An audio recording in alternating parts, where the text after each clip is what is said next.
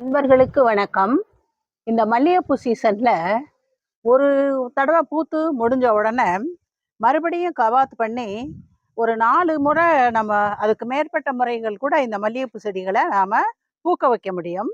இப்போ இங்க பாருங்க, இந்த இருவாச்சி மல்லிகைப்பூ செடி கம்ப்ளீட்டா பூத்து முடிஞ்சிருச்சு.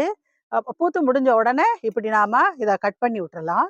இங்க பாருங்க, பூவு காஞ்சு போயிருக்கு. இந்த காஞ்சு போயிருக்கிற பூவெல்லாம் இப்படி 2 இலைகளை விட்டுட்டு 2 இலைக்கும் கீழே இந்த மாதிரி நாம கட் பண்ணி விட்டுறலாம்.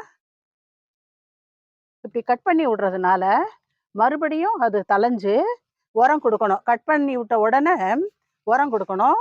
திரவ உரமோ திட உரமோ கொடுக்கணும். அப்படி கொடுத்தோம்னாக்க அது வந்து மறுபடியும் தளைஞ்சு நமக்கு வந்து நிறைய பூக்களை தரும். இங்க பாருங்க, எல்லாம் காஞ்சு போன பூக்களை எல்லாம் நாம கட் பண்ணி விட்டுறலாம். மாடிக்கு வரும் பொழுது ரொம்ப வாசனையா இருக்கும். அதனால இப்ப 2 நாளா கொஞ்சமா தான் பூக்குது. 10 நாள் அப்படியே நிறைய பூத்துருச்சு. அப்படியே சரம் சரமா நாங்க பூ கட்டினோம். இப்ப இது ஓஞ்சு போனதுனால இதெல்லாம் கட் பண்ணி விட்டுட்டு இந்த இலைகளையும் உருவி விட்டுறலாம் நம்ம. இப்படி கட் பண்ணியாச்சு. இப்ப பாருங்க எப்படி இலைகளை உருவுறதுன்னு பார்க்கலாம் நம்ம. இந்த மாதிரி இப்படி பெரிய இலை இருக்கு பாருங்க, இதெல்லாம் இப்படி எடுத்து விட்டுறலாம், கிள்ளி விட்டுறலாம். கிள்ள முடியலன்னா சிசர்ஸை வச்சே கட் பண்ணி விட்டுறலாம். அப்போ அந்த கணுவில் வந்து நமக்கு மறுபடியும் தழையும். இந்த மாதிரி எல்லாத்தையும் எடுத்துட்டு இன்னைக்கு வந்து நாம் ஒரு திரவ உரம் கொடுக்க போகிறோம். என்ன திரவ உரம்னா, போன வாரமே நான் உங்களுக்கு சொல்லியிருந்தேன், இந்த மல்லிகைப்பூ செடி, இருவாச்சி மல்லிகைப்பூ செடி மஞ்சள் கலராக இருக்குது இலைகள்.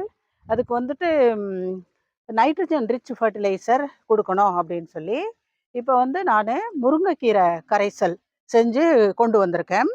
இந்த முருங்கைக்கீரையை பறித்து நல்லா மிக்சியில் போட்டு அரைச்சி 1 வாரம் புளிக்க வச்சு இப்போ கொண்டு வந்திருக்கேன். அதோடு கூட இந்த கோடையை தாங்கிறதுக்காக வடித்த கஞ்சி அதையும் கொண்டு வந்திருக்கேன். இங்கே பாருங்கள், இதுதான் முருங்கைக்கீரை கரைசல். இந்த முருங்கைக்கீரை கரைசலில் தழை சத்து அதிகமாக இருக்குது. அது தவிர மற்ற பேரூட்ட சத்துக்களும் நுண்ணூட்ட சத்துக்களும் அதிகமாக இருக்குது. இந்த இதில் ஒரு 10 லிட்டர் தண்ணி எடுத்து வச்சுருக்கோம் பாருங்கள். இந்த 10 லிட்டர் தண்ணியில் இவ்வளோ ஒரு 500 ml கரைசலை, முருங்கைக்கீரை கரைசலை ஊற்றிக்கிட்டோம். அதோடு கூட இந்த கோடையை தாங்கிறதுக்காக வடித்த கஞ்சி, சாதம் வடித்த கஞ்சி இருக்குது பாருங்கள், அதையும் ஊற்றிக்கிறோம்.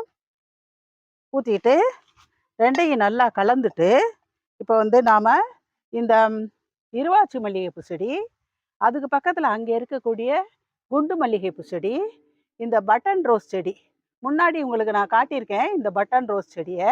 இது பாருங்கள், இப்போ எவ்வளோ நல்லா பச்சையாக வந்துருச்சு. வாழைக்காய் கரைசல் தான் ஊற்றினேன் நான். வாழைக்காய் கரைசல் ஒரு தடவையும் டீத்தூள் கரைசல் ஒரு தடவையும் ஊற்றினேன்.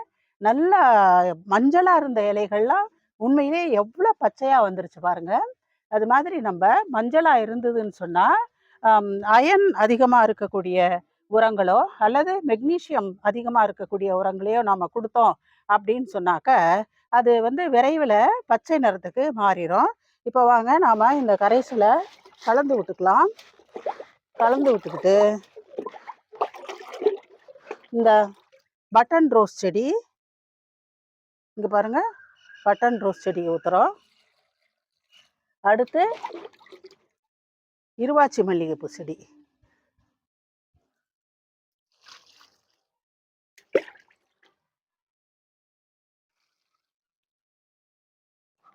அடுத்து இங்கே பக்கத்திலே இந்த மதுரை மல்லி ஒரு பஞ்ச் மட்டும் இப்போதான் புதுசாக மஞ்சளாக வர ஆரம்பிக்குது.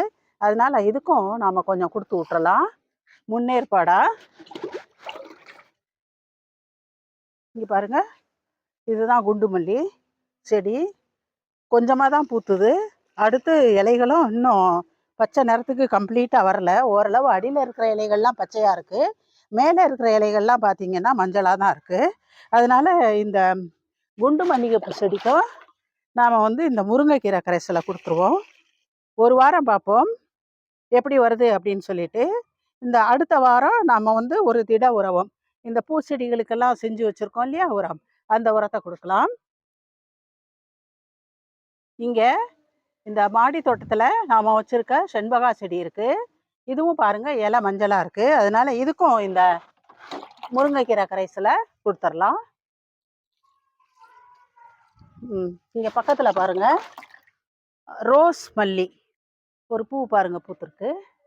ரோஸ் மல்லிப்பூ வெயிலுக்கு எப்படி காஞ்சு போயிருக்கு பாருங்கள். இந்த ரோஸ் மல்லிப்பூ செடியில் இலைகள் எல்லாம் பார்த்தீங்கன்னாக்க எப்படி மஞ்சளாக இருக்குது பாருங்கள். இலைகள் அந்த பிளேடுன்னு சொல்லுவோம், அது வந்து மஞ்சளாகவும், அந்த அந்த வெயின்ஸ் இலைக்கு நடுவில் இருக்கிற அந்த வெயின்ஸ்ன்னு சொல்லுவாங்க, அதெல்லாம் வந்துட்டு பச்சையாகவும் இருக்குது. இப்போ இதுக்கும் இந்த முருங்கைக்கீரை கரைசலை கொடுக்கலாம்.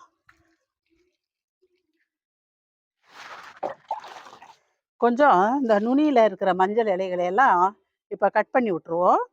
இது எப்படி வருதுன்னு பார்க்கலாம். வெயில் தாங்காமல் எப்படி கருகிக்கிட்டு வருது பாருங்கள். இத்தனைக்கு நல்லா தான் தண்ணி ஊற்றுறோம். இங்கே பிங்க் பட்டன் ரோஸ் செடி, இந்த பிங்க் பட்டன் ரோஸ் செடியும் கவாத் பண்ணி விட்டுருக்கோம் பாருங்கள். இப்போ இதுக்கும் இந்த முருங்கைக்கீரை உரத்தை நாம் கொடுத்துடலாம்.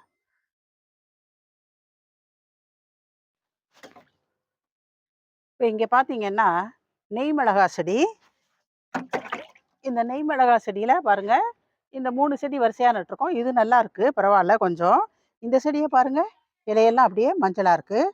அதனால் இதுக்கும் நம்ம வந்து இந்த முருங்கைக்கீரை கரைசலை கொடுத்துடலாம். பக்கத்தில் இருக்கிற இந்த இன்னொரு செடிக்கும் கொடுத்துடலாம். இந்த செடியில் இந்த பசலைக்கீரை இலைகள் கூட கொஞ்சம் மஞ்சளாக ஆயிடுச்சு பாருங்கள். அதனால் இதுதான் தக்க தருணம். இதுக்கு வந்துட்டு இந்த நைட்ரஜன் ரிச் ஃபர்டிலைசர் கொடுக்க வேண்டியது. இப்போ இந்த மாதிரி இலைகள் மஞ்சளாக இருக்கிறதுக்கெல்லாம் நைட்ரஜன் அதிகமாக இருக்கக்கூடிய உரங்களை கொடுத்துட்டோம். இங்கே வந்து நாம் காய்கார்ட்ட வாங்கி நட்ட நாட்டு வல்லாரை செடிகள் நல்லா பொழைச்சி வந்துருச்சு. இப்போ இந்த ஸ்டேஜில் இதுக்கு கொஞ்சம் நாம் இந்த நைட்ரஜன் ரிச் முருங்கைக்கீரை கரைசலை ஊற்றணும் அப்படின்னு சொன்னால் இது இன்னும் கொஞ்சம் செழிப்பாக வரும். பக்கத்திலே வானம் பார்த்த மிளகா செடி, இதுவும் பாருங்கள் இந்த செடி பக்கத்தில் இருக்க செடி நல்லா பச்சையாக இருக்குது. அப்படியே இங்கே பாருங்கள் இது கொஞ்சம் மஞ்சளாக தான் இருக்குது இலை, அதனால இதுக்கும் கொடுத்துருவோம். இந்த மாதிரி மஞ்சளாக இருக்கக்கூடிய செடிகளுக்கெல்லாம் நாம் கவனமாக பார்த்து ஏதோ ஒரு நைட்ரஜன் ரிச் ஃபர்டிலைசர் கொடுத்தோம் அப்படின்னு சொன்னால் அதில் இருக்கக்கூடிய நைட்ரஜனை எடுத்துக்கிட்டு அல்லது மெக்னீஷியம் ரிச் அந்த உரங்களை கொடுக்கலாம். பீட்ரூட் கரைசல் கூட கொடுக்கலாம். எடுத்துக்கிட்டு இந்த செடிகள் எல்லாம் இந்த கோடைக்கு பசுமையாக நல்லா பச்சை கலராக வளரும், அதிக மகசூலையும் கொடுக்கும். ஆக இந்த வீடியோவை இதோட முடிச்சுக்குவோம். இந்த வீடியோ பிடிச்சிருந்தா லைக் பண்ணுங்கள், ஷேர் பண்ணுங்கள், சப்ஸ்கிரைப் பண்ணுங்கள். நன்றி, வணக்கம்.